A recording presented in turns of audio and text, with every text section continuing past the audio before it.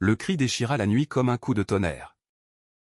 Écho d'une douleur trop longtemps étouffée, Maël. Espèce de sale pédé. Va creuser tes trous ailleurs. Les rires gras des villageois résonnèrent contre les murs de pierre du vieux château. Tandis que la pluie fouettait le sol boueux du jardin.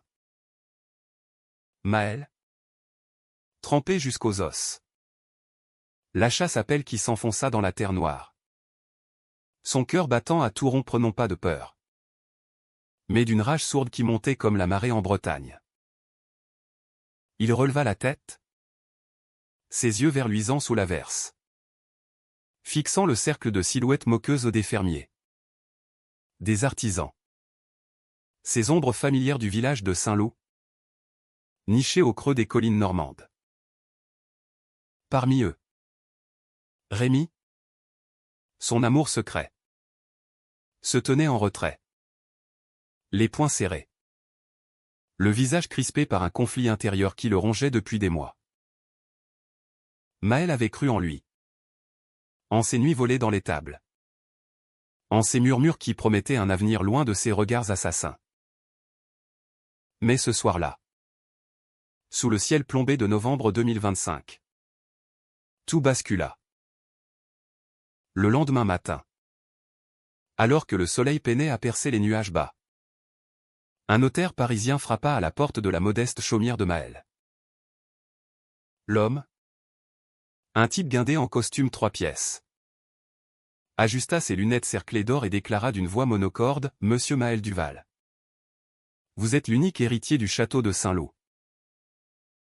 Votre grand-tante, la comtesse Héloïse de Vire, vous lègue tout, les terres, les vignes, et cette forteresse qui domine le village depuis le XVIIe siècle. » Maël, encore engourdi par la nuit sans sommeil, sentit le monde vaciller. Héritier? Lui? Le fils illégitime d'un amour maudit. Élevé par une mère blanchisseuse qui avait fui les ragots? C'était une farce cosmique. Un pied de nez du destin. Les nouvelles se répandirent comme une traînée de poudre dans le vent automnal. Au bistrot du coin, où les verres de Calva coulaient à flot, les langues se délièrent plus vite que jamais. Le pédé qui taille les rosiers? Héritier du château? C'est une blague. Non. Ricana Jacques. Le boulanger trapu. En claquant son journal sur le comptoir. Autour de lui, un chœur d'approbation, il va transformer ça en club pour ses amants de Paris. Les rires fusèrent. Mais sous la surface, une peur viscérale s'insinuait. Le château n'était pas qu'un tas de pierres, c'était le cœur battant de Saint-Loup. Symbole de pouvoir et de tradition. Détenu par la famille de Vire depuis des générations. Et maintenant, il tombait dans les mains d'un jardinier au penchant, contre nature.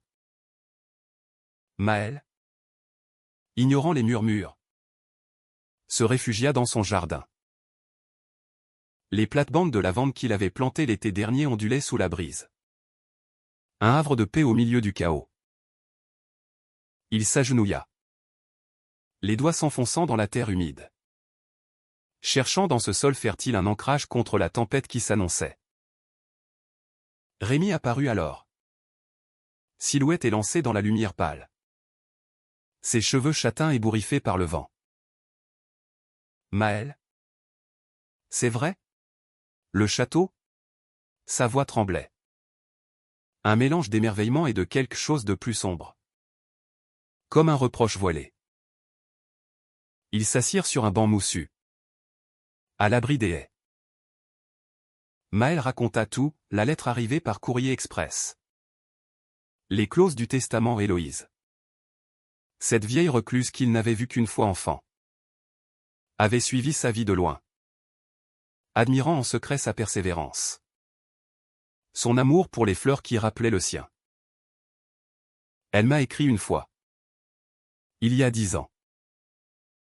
Les jardins sont comme les âmes. Ils fleurissent malgré les orages. Je n'avais pas compris. Rémi posa une main sur son épaule. Un geste hésitant qui fit bondir le cœur de Maël. Depuis leur première rencontre. 2 ans plus tôt. Lors d'une fête du village où Rémi, charpentier de son état, avait dansé avec une malice dans les yeux. Leur lien s'était tissé dans l'ombre. Des baisers volés derrière l'église. Des promesses chuchotées sous les étoiles. Mais le village les guettait. Et Rémi, fils aîné d'une famille pieuse, luttait contre ses propres chaînes. Et maintenant, murmura Rémi, ses doigts effleurant ceux de Maël. Tu vas devenir le maître des lieux. Ils vont te haïr encore plus. Maël rit. Un son amer. Ou peut-être qu'ils verront enfin que je ne suis pas une menace. Que je suis juste. Moi. Leur regard se croisa. Et dans cet instant suspendu, le monde s'effaça. Rémi se pencha. Leurs lèvres se frôlèrent. Un baiser chaste mais chargé d'électricité. Comme un orage qui gronde au loin. Pourtant, les jours suivants apportèrent les premières fissures. Les villageois, autrefois indifférents aux jardiniers discrets, devinrent hostiles. Des outils disparurent des serres. Des rumeurs enflèrent, Maël empoisonnerait les vignes pour ruiner les récoltes locales. Jacques, le boulanger, refusa de lui vendre du pain, la bouchère, une veuve acariâtre, cracha par terre à son passage. Maël serrait les dents, arrosant ses roses avec une détermination farouche. Mais chaque soir, seul dans sa chaumière, les larmes coulaient. Rémi venait parfois, glissant par la fenêtre comme un fantôme. Leurs corps s'entremêlant dans la pénombre. Un refuge précaire contre la haine ambiante. Un soir de pleine lune. Alors que l'hiver s'annonçait avec un froid mordant. Maël décida d'affronter le notaire pour en savoir plus sur l'héritage. L'homme, de passage à Saint-Lô, l'invita dans le bureau improvisé à l'auberge. Il y a des conditions. Monsieur Duval. La comtesse exigeait que vous restauriez le château non pas pour la gloire, mais pour en faire un lieu de mémoire, un havre pour les âmes perdues. Comme elle l'était elle-même. Maël fronça les sourcils. Héloïse avait été une figure énigmatique. Veuve d'un comte infidèle. Murmurait-on. Et ses amours avaient toujours été voilés de secrets. Un havre? Pour qui? Le notaire sourit finement. Pour ceux que la société rejette. Des artistes? Des amoureux. Des gens comme vous. De retour au jardin. Maël trouva Rémi attendant. Adossé à un pommier. Mais cette fois, son visage était fermé. Ses yeux fuyants. J'ai entendu les ragots. Maël. Ils disent que tu vas transformer le château en bordel pour pédé. Et moi? Qu'est-ce que je deviens dans tout ça? Mon père me reniera si on nous voit ensemble. Les mots frappèrent comme un coup de poignard. Maël recula. Le souffle court. Rémi? C'est nous contre eux. Toujours. Mais Rémi secoua la tête. La voix brisée. Je ne sais plus. J'ai peur. Cette nuit-là. Pour la première fois. Rémi ne resta pas. Maël erra dans le jardin. Les étoiles indifférentes au-dessus de lui. Se demandant si l'héritage n'était pas une malédiction déguisée. Le château, silhouette massive sur la colline, semblait le narguer de ses tours gothiques. promettant gloire et solitude. Et dans le silence? Un plan germa, il transformerait ce lieu en sanctuaire? Non pour se venger, mais pour guérir. Mais d'abord, il fallait survivre à la tempête. Les semaines passèrent dans une brume de travail acharné. Maël engagea des ouvriers discrets pour inspecter le château aux toitures effondrées. Caves inondées. Jardins envahis par les ronces. Chaque découverte était un rappel de l'ampleur de la tâche. Mais aussi d'une beauté oubliée, les fresques Renaissance dans la grande salle. Les vignobles qui s'étendaient jusqu'à la mer Manche. Rémi, distant, évitait les rencontres, prétextant le travail à l'atelier. Pourtant, Maël percevait son tourment. Comme un écho dans leur silence partagé au marché. Un matin de décembre, alors que la neige saupoudrait les toits de Saint-Lô, une délégation inattendue se présenta au portail du château. À sa tête, le maire, un homme bedonnant nommé Henri, flanqué de Jacques et d'une poignée de notables. Monsieur Duval, nous venons discuter de l'avenir de notre village. Ce château est à nous autant qu'à vous. Maël, en bottes crottées, les invita à entrer dans la cour, où les premières roses d'hiver pointaient déjà. Discutons. Alors. Mais sachez que je n'ai pas l'intention de vous chasser. Au contraire.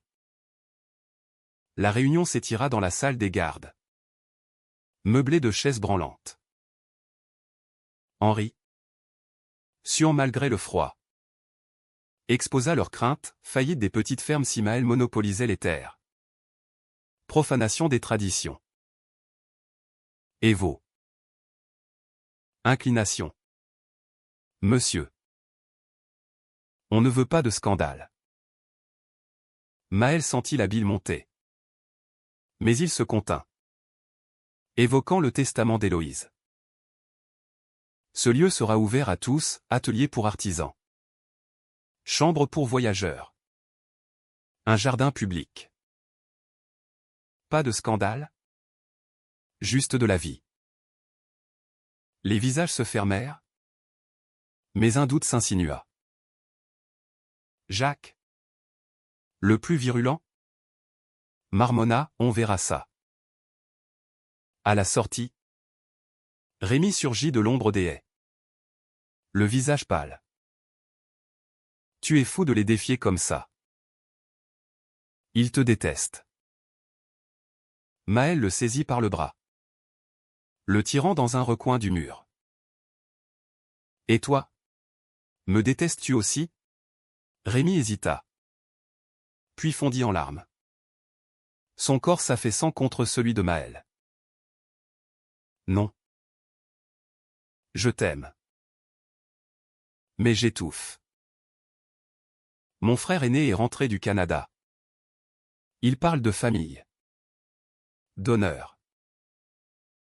Il sait pour nous. Le baiser qui suivit fut désespéré. Un feu qui consumait les doutes. Leur souffle mêlé dans le froid piquant. Pourtant, la trahison guettait. Le soir même, une lettre anonyme glissa sous la porte de Maël, quitte le village où on te fera partir en boîte. Ton Rémi sait des choses. Le cœur serré. Maël comprit que l'ennemi n'était plus seulement extérieur. La nuit fut longue. Hanté par des visions de Rémi cédant sous la pression. Vendant des secrets pour sauver sa peau.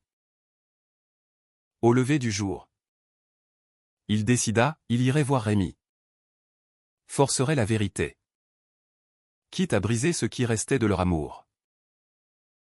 Le chemin vers l'atelier de Rémi serpentait à travers les vergers gelés, où les branches nues griffaient le ciel gris. Maël avançait d'un pas résolu. La lettre froissée dans sa poche comme un poison lent. L'air sentait la résine et la terre remuer. Un parfum qui lui rappelait leurs premiers émois ou ses après-midi volés à tailler les haies. Ou Rémi. Torse nu sous le soleil doux. Riait de ses blagues maladroites. Aujourd'hui. Ce souvenir était une lame à double tranchant. L'atelier était une grange reconvertie. Bourdonnante de scies et de marteaux. Rémi. Penché sur une table de travail. Sculptait un panneau de chêne. Ses muscles saillants sous une chemise usée. À son entrée. Il sursauta. Le ciseau glissant de sa main. Maël. Qu'est-ce que tu fais là? Mon frère est en visite. Derrière lui. Un homme plus âgé. Aux traits durs et aux yeux froids au Louis. L'aîné. Fraîchement revenu d'un exil canadien. Où il avait bâti une vie de bûcheron respectable. Maël ignora l'avertissement. Brandissant la lettre. C'est toi. Tu leur as dit? Rémi pâlit. Jetant un regard paniqué à Louis. Qui se redressa lentement. Une aura menaçante. De quoi parlez-vous? Petit? Sa voix était un grondement bas. Imprégné d'un accent québécois traînant. Rémi bafouilla, rien. Rien. Juste une dispute. Mais Maël. Le cœur en feu. Insista, les menaces. Rémi. Pour me faire partir. Parce que je suis gay. Parce que j'hérite de ce qu'il convoite? Louis éclata d'un rire sec. Croisant les bras. Ah. Le jardinier. J'ai entendu les histoires en arrivant. Un héritier surprise. Et pas le genre à plaire aux bonnes gens. Rémi m'a tout raconté. Oui. Pour son bien. Pour que je le protège de tes illusions. Les mots tombèrent comme des pierres dans un étang calme. Rémi baissa la tête. Murmures inaudibles. Maël sentit le monde se fissurer, la trahison. Si crue. Si intime. Tu m'as vendu? Alors. Pour ton frère. Pour le village. Rémi releva les yeux. Larmoyant.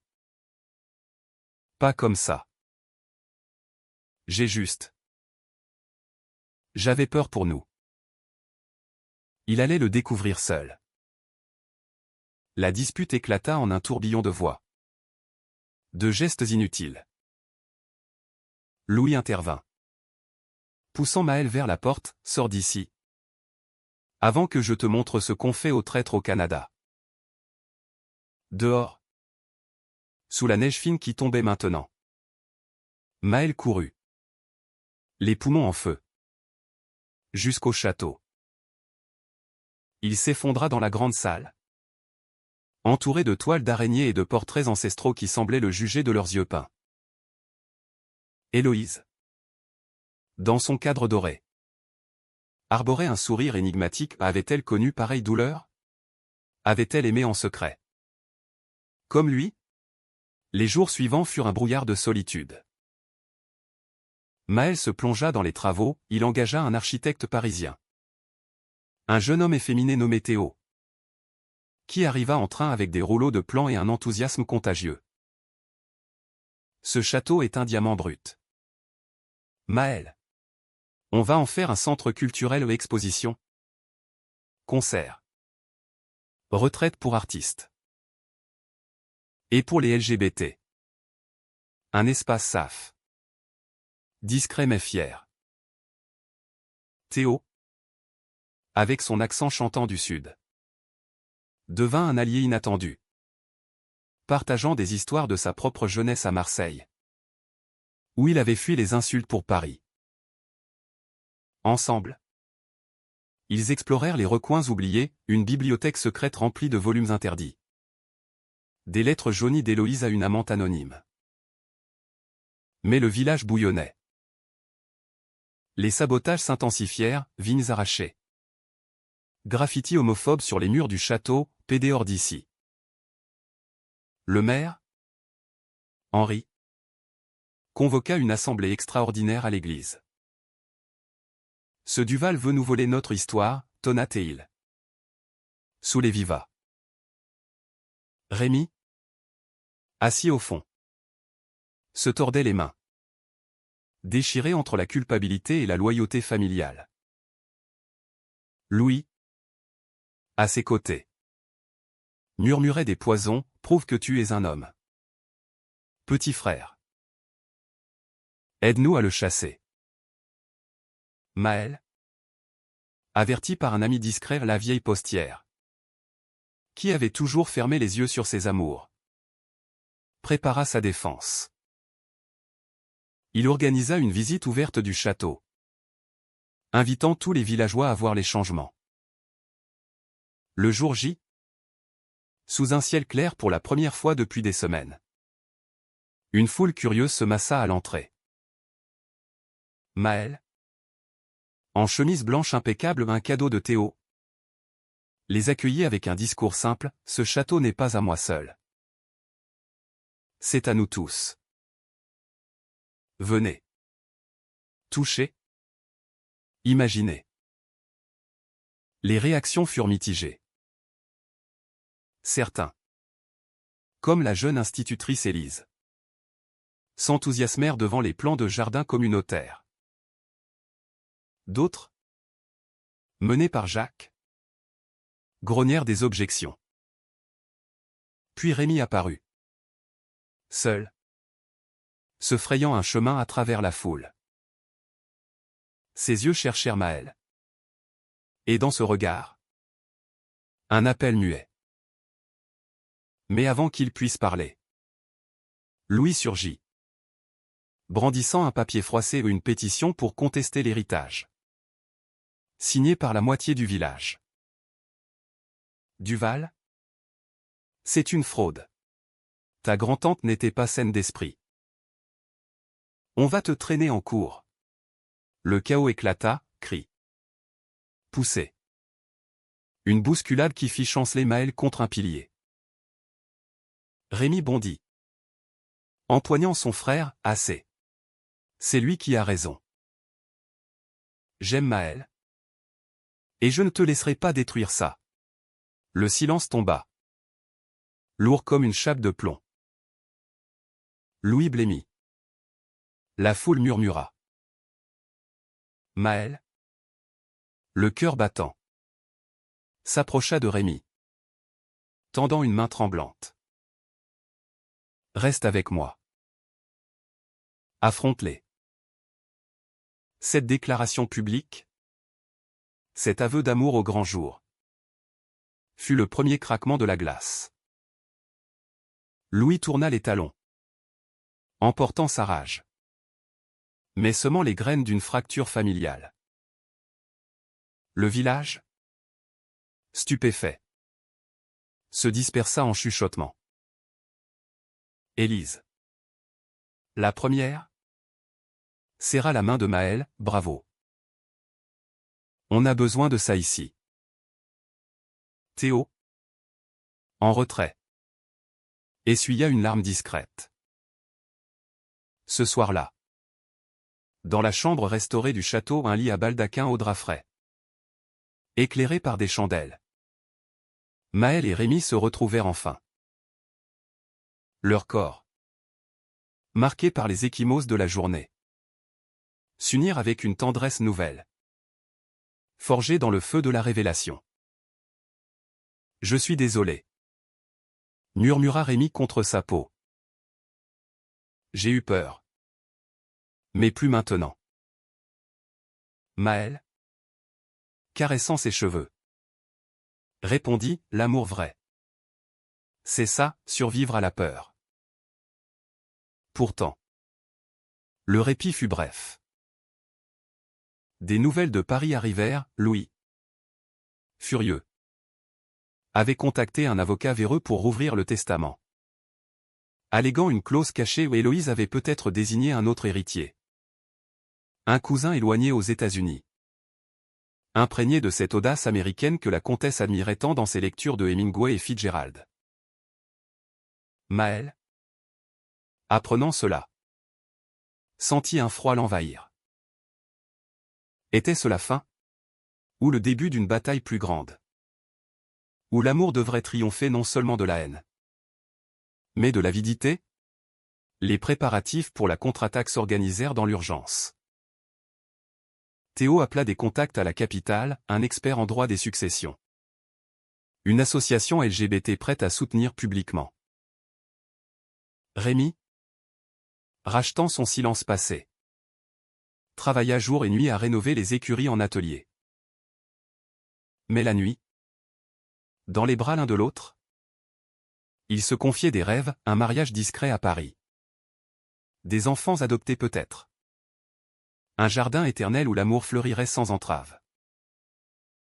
Un appel nocturne brisa l'illusion. Le notaire? Voix tendue, Monsieur Duval. Votre cousin américain arrive demain. Il conteste tout. Et il apporte des preuves. Maëlle raccrocha, fixant le plafond orné de fresques fanées. Rémi, éveillé, serra sa main, on affrontera ça ensemble. Mais au fond de lui, Maëlle se demandait si l'héritage valait ce prix ou non pas les pierres. Mais l'âme de leur amour, mise à nu devant le monde. Le cousin s'appelait Ethan. Un Américain pur jus. Avec cette assurance hollywoodienne qui détonnait dans les brumes normandes. Il débarqua à la gare de Saint-Lô un matin de janvier. Valise Louis Vuitton à la main. Lunettes de soleil aviateur malgré le ciel bas. Grand. Blond. Taillé comme un quarterback. Il irradiait cette énergie conquérante que Maëlle avait toujours enviée en secret, celle des films où les héros gays triomphent avec un sourire et un discours enflammé. Mais Ethan n'était pas là pour des câlins familiaux, son avocat. Un requin parisien. Brandissait un dossier, des lettres d'Héloïse. Ambigu. Suggérant un legs partagé. Maëlle l'attendait au château. Flanqué de Théo et Rémi. La confrontation eut lieu dans la bibliothèque. Entouré de rayonnages poussiéreux où les secrets d'Héloïse sommeillaient. Cousin. Dit Ethan avec un accent traînant du Midwest. Je suis désolé pour la comtesse. Mais elle m'a élevé comme un fils après la mort de mes parents. Ce château? C'est mon droit. Je vais en faire un hôtel de luxe. Attirer les touristes yankees.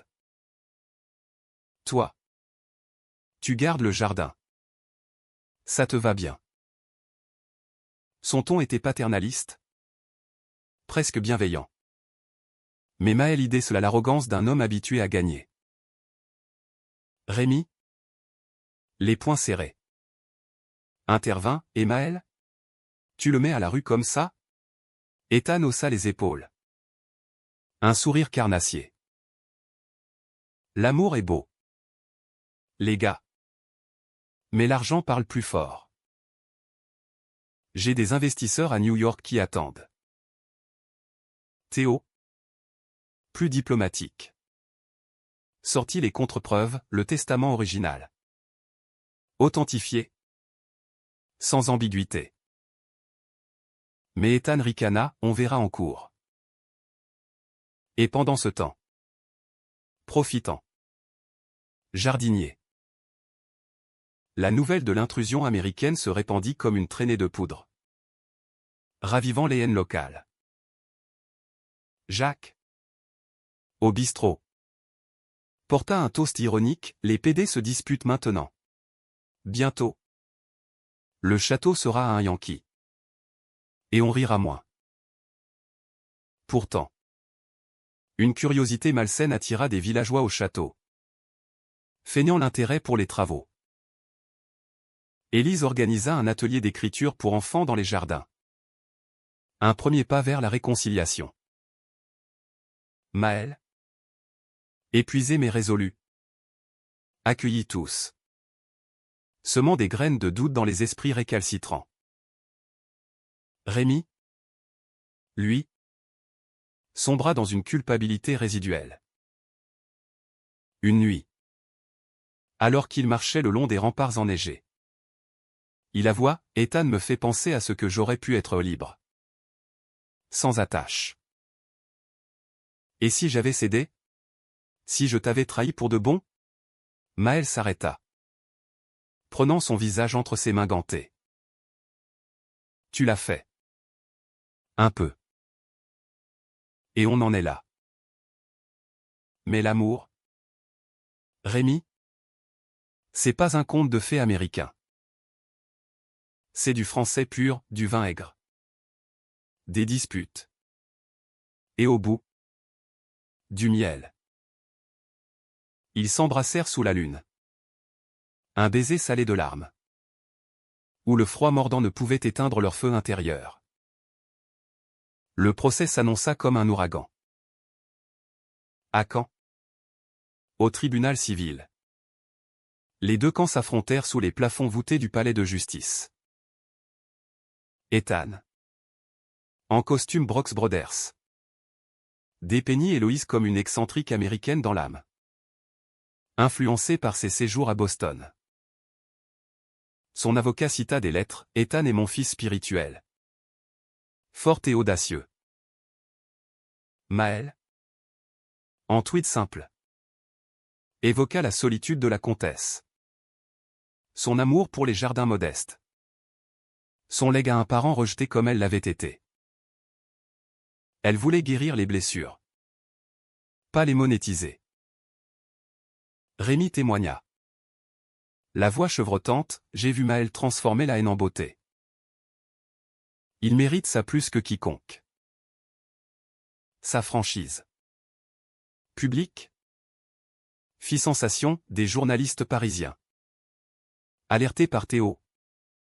Couvrir l'affaire.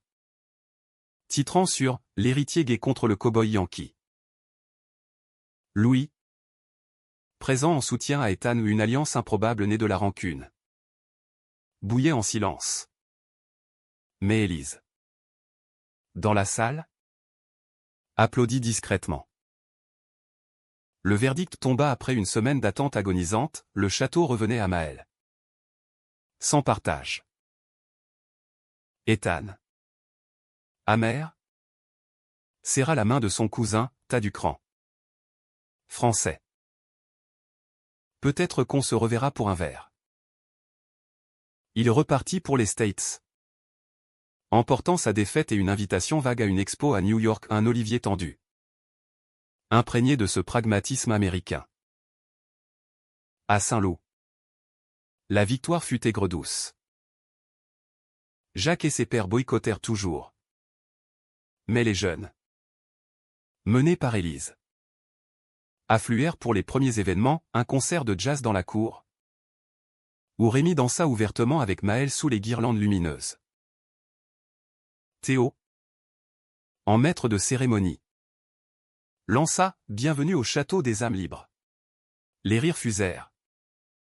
Timide au début. Puis franc.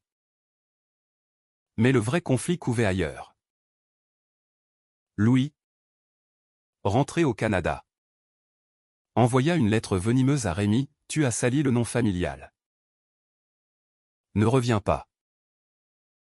Rémi, dévasté, erra des nuits entières, dormant à l'atelier plutôt qu'au château. Maël le chercha, le trouva un matin. Hagard, sculptant une figure brisée, un cœur fendu en deux. Viens avec moi, supplia Maël. On part à Paris. On recommence. Rémi secoua la tête, non. Je dois réparer ça. Affronter mon père. Seul. Cette séparation, imposée par la loyauté fraternelle, fut la plus douloureuse. Maël, seul au château, se réfugia dans les jardins, plantant des bulbes de tulipes au symbole de renouveau, mais aussi de deuil. Les lettres d'Héloïse, qu'il relisait obsessivement, offraient un baume, l'amour véritable endure les hivers les plus rudes. Pourtant, le doute rongeait, était-ce la fin? Ou une pause dans leur odyssée? Le printemps arriva tard, avec des pluies battantes qui gonflèrent les rivières. Le château s'éveilla, vigne taillée, serre remplie de semis. Théo organisa une rétrospective sur Héloïse, révélant ses amours lesbiennes cachées à un scandale doux qui humanisa la comtesse aux yeux du village. Jacques, lors du vernissage, marmonna un « pas mal » en sirotant du cidre. Premier signe de trêve. Rémi réapparut un soir d'avril, barbu et amaigri, portant un paquet enveloppé de tissu. J'ai affronté Louis. Il m'a renié. Mais j'ai trouvé la paix. Et ça. Il déballa une sculpture, deux hommes enlacés dans un jardin fleuri, ciselé avec une tendresse infinie. Pour le hall d'entrée. Pour nous. Maël, les larmes aux yeux, l'attira contre lui. Leur étreinte, sous les pétales volants, fut une renaissance passionnée. Vulnérable. Éternelle. Pourtant, l'ombre de la trahison persistait. Lors d'une fête villageoise, un ivrogne ou un acolyte de Jacques accusa Rémi de duplicité, « Tu nous as tous trahis pour ton cul ». La bagarre éclata. Point nu sous les lanternes. Maël sépara les combattants, le nez en sang, criant « Assez de haine. Ce château est pour l'unité. Pas la division. » La foule, silencieuse, absorba le choc. Élise, prenant la parole, déclara « Maël a raison. On est tous des héritiers ici. » Cette nuit-là, pensant leurs blessures dans la chambre, Maël et Rémi parlèrent d'avenir. « Et si on adoptait » murmura Rémi. Une idée folle née de l'Amérique d'Éthanne. Maël rit, « En France. On y viendra. Lentement. Comme nos vignes. Leur amour, forgé dans le drame, s'approfondit. Un lien humaniste qui transcendait les chairs, une célébration de la vulnérabilité partagée.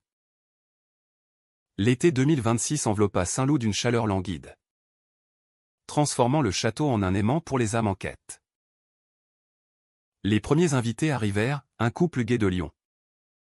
Fuyant l'homophobie rurale, une peintre berlinoise. Inspiré par les jardins, un groupe d'étudiants parisiens. Explorant l'histoire queer d'Héloïse. Maël, en hôte gracieux, veillait à tout au dîner aux chandelles dans la salle gothique. Promenade nocturne sous les étoiles. Rémi, redevenu charpentier en chef, sculptait des meubles sur mesure, infusant chaque pièce d'une sensualité discrète. Mais sous cette harmonie, les fissures persistaient. Jacques, toujours réticent, sabotait subtilement, commande retardée. Rumeur sur la débauche au château. Le maire Henri, sentant le vent tourner avec l'afflux touristique, jouait double jeu au sourire public. Manigance privée. Et Louis, depuis le Canada, bombardé Rémi de messages, revient. Ou tu regretteras. J'ai des preuves sur ton jardinier ou des photos volées. Rémi, hanté, confia tout à Maël lors d'une nuit orageuse. Il bluffe, dit Maël. Mais on doit être prudent. Le climax survint lors de la fête des vendanges. Un événement que Maël avait lancé pour unir le village. Les vignobles du château. Revitalisés. Offraient un vin corsé. Fruit d'un labeur acharné. La cour bruissait de rire. De danses folkloriques. De calvas versés à flots. Rémi et Maël. Main dans la main pour la première fois en public. Incarnaient l'espoir jusqu'à ce que Louis déboule. Silhouette massive émergeant de la nuit comme un spectre. Frères et sœurs de Saint-Loup, Tonat et Hill. Un téléphone à la main. Projetant des images floues sur un drap tendu, Maël et Rémi enlacés. Volés par un espion. Voilà votre maître. Un pervers qui corrompt notre terre. La foule halta. Certains détournant les yeux. D'autres Jacques en tête applaudissant. Henri. Opportuniste. Murmura à l'oreille du maire, occasion en or pour reprendre le château. Rémi. Blême. S'avança, c'est de l'amour. Pas du vice. Louis. Arrête ça. Mais son frère. Déchaîné. Révéla le coup final, un faux document. Fabriqué avec un complice. Alléguant que Maël avait falsifié le testament. Les flics arrivent. Chaos, cris. Verre brisé. Une fuite paniquée. Maël. Le cœur brisé. Affronta Louis, pourquoi? Pourquoi? L'argent? La haine? Louis cracha, pour la famille. Tu nous as volé mon frère. Théo. Vif. Appela la police locale honnête. Pour une fois. Les preuves s'effondrèrent, le document était bidon. Les photos banales. Louis. Menotté. Hurla des insanités tandis qu'on l'emmenait. La foule. Stupéfaite.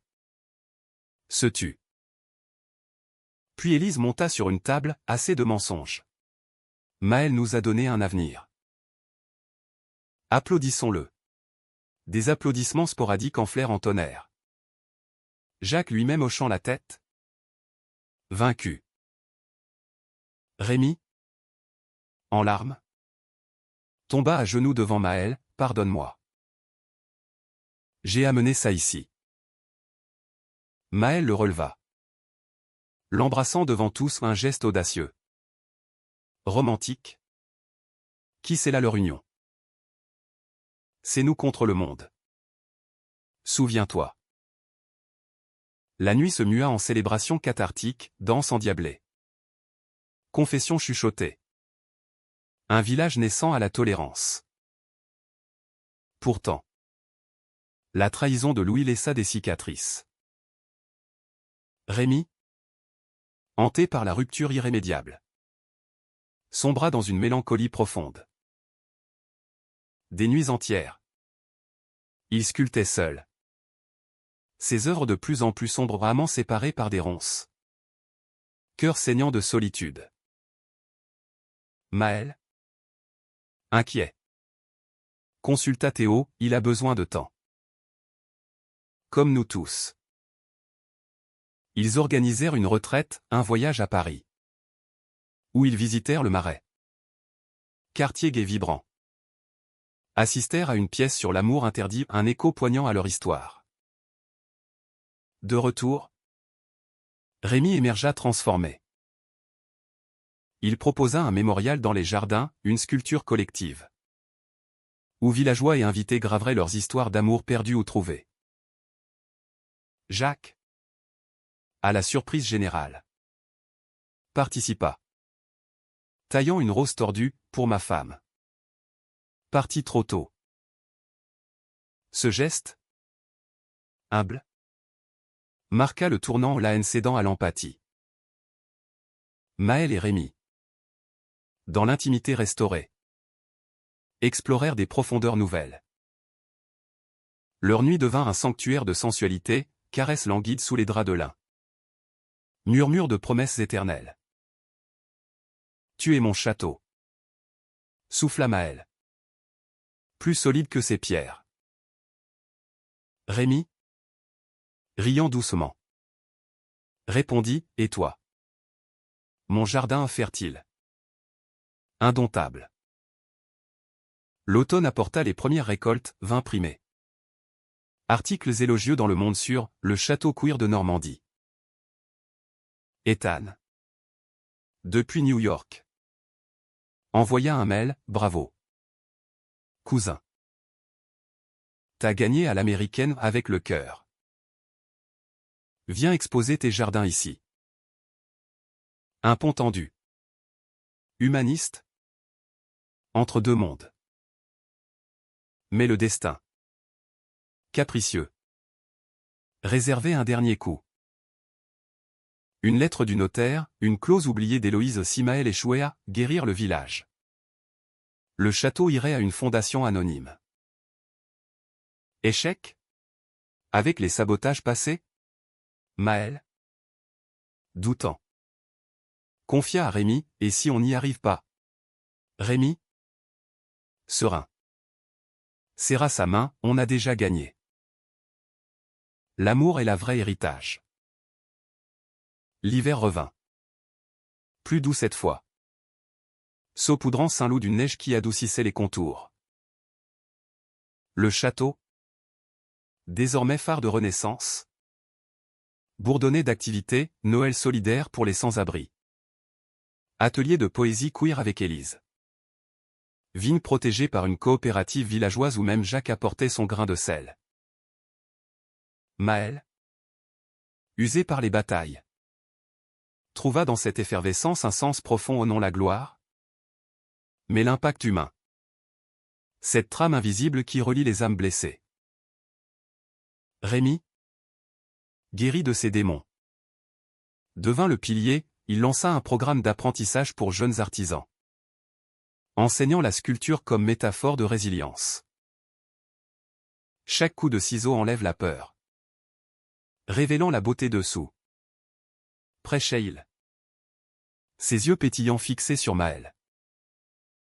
Leur amour. Public désormais. Inspirait, couples locaux osaient sortir du placard. Famille se réconciliait autour de dîner au château. Henri. Le maire. Même. Glissa un jour, t'as changé les choses. Duval. Merci. Pourtant. Le climax émotionnel guettait. Lors d'une veillée d'hiver. Illuminé de feux de joie dans les jardins. Rémi prit la parole. La foule aux villageois. Invité. Théo en guest star se tue. J'ai trahi autrefois. Par peur. Mais Maël m'a appris que l'amour est un acte de courage. Il s'agenouilla. Sortant une bague simple. Forgée de ses mains, épouse-moi. Ici. Devant tous. Fais de moi ton héritier éternel. Maël. Le souffle coupé. Sentit les larmes couler. Oui. 1000 fois oui. La cérémonie. Improvisée. Fut un mélange de tradition française et d'élan romantique, vœux sous les étoiles. Vin partagé. Danse jusqu'à l'aube.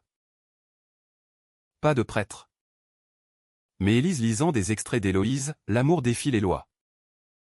Fleurit dans l'interdit. Ethan. Connecté par vidéo depuis New York. Leva un verre virtuel à la famille recomposée. Louis. Absent mais peut-être regardant de loin. Apprit la nouvelle par un appel de Rémi, c'est fini. Frère. Mais la porte reste ouverte. Le printemps suivant apporta la confirmation, la fondation d'Héloïse. Contacté. Valida le legs. Vous avez guéri plus que les pierres. Écrivit le trustee. Vous avez guéri des cœurs. Maël et Rémi. Mariés civilement à Caen. Adoptèrent leur premier enfant, un garçon de 5 ans. Orphelin d'une famille brisée par l'intolérance. Baptisé Fleur. En hommage au jardin. Il trottina bientôt dans les allées. Semant joie et chaos. Le château prospéra, un best-seller sur Héloïse en gestation. Des partenariats avec des ONG LGBT internationales. Jacques Rédimé devint gardien des vignes. Confiant un jour à Maël, « J'étais con. Mon fils est comme toi, ô timide. Différent. Merci de m'avoir ouvert les yeux. » Une humanité brute. Forgée dans le feu. Des années plus tard. Assis sur le banc moussu où tout avait commencé. Maël et Rémi regardaient Fleur jouer. On a survécu. Murmura Rémi. À la moquerie. À la trahison. À nous-mêmes. Maël, grisonnant mais toujours vert d'espoir, répondit, et on fleurira encore. Comme ce jardin. Le soleil se couchait sur Saint-Lô, baignant le château d'une lumière dorée, un tableau vivant de résilience. D'amour conquérant. Dans ce coin de France. Imprégné d'un souffle américain de rédemption. Deux âmes avaient transformé la haine en legs éternels. Et le monde, un peu plus tendre, continuait de tourner.